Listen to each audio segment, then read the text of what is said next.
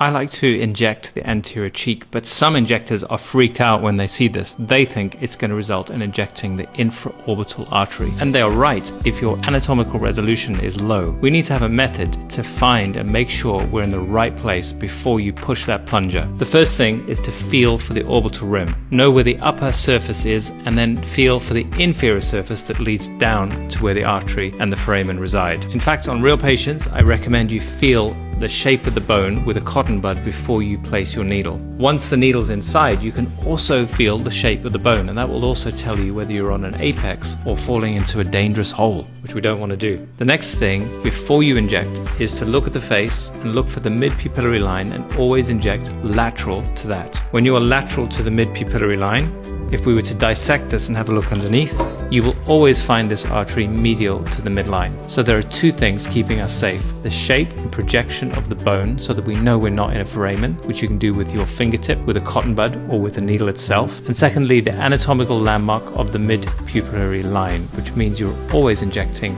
lateral to where the artery should reside. If you don't feel safe, use a cannula.